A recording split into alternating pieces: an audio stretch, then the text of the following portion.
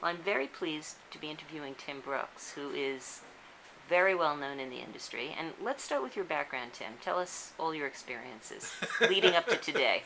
Well, in a galaxy far, far away. No, I started out in the local business. I worked for WCBS TV in my first job in New York, and then moved to NBC at the stations division, then the network. I was there for a long time.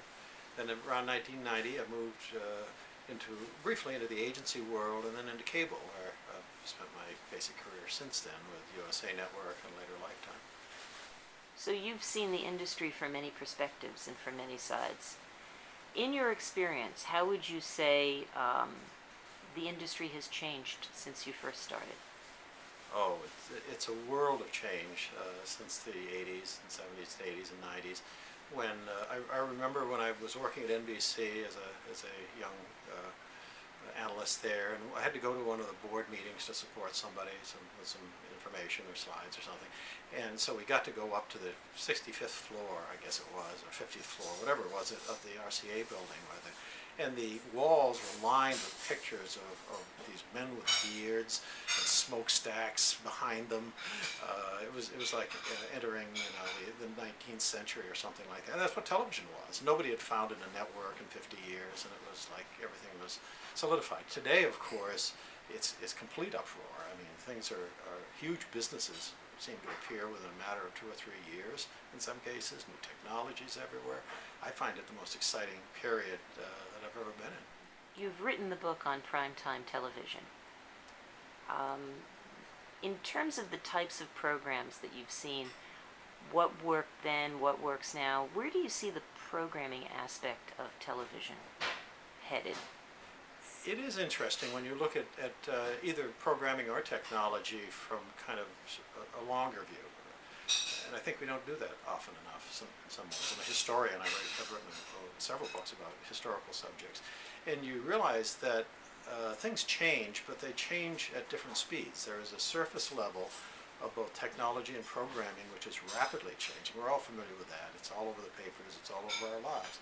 But there's another subcurrent to that, if you will, another layer, a couple of layers down that changes much more slowly, if at all. And you can look 50 years back, you can look 100 years back. Some of my books go back to previous centuries. And you are struck by the similarities, good storytelling, for example, emotional connection. Those things don't change. And the kinds of programming that was around at the beginning of television, for example, the basic elements of that, and even some of the techniques that actors use are very similar to good programming and involving programming and emotionally connecting programming and advertising, for that matter, today. Tim, can you list the books that you've written? Well, I've written 7 books or authored or co-authored. The Complete Directory to Primetime Network TV shows, cable and TV shows, with Earl Marsh is probably the best known. That's in its 9th edition right now. And it covers all of the programs, evening programs on all of the networks ever, which is getting to be a rather large task now that it includes cable, of course. I wrote a book that came out a few years ago called Lost Sounds, which was about the record industry in its early years, the 1890s up to 1920 or so.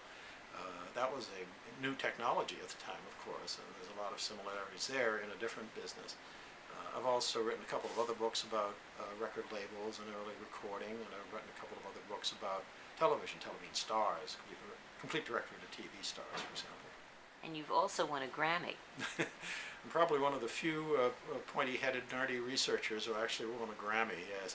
And it was for the Best Historical Album of its year. It was a companion CD, actually, to the Lost Sounds book about the early black artists, actually, in the recording industry in the 1890s through the World War I era.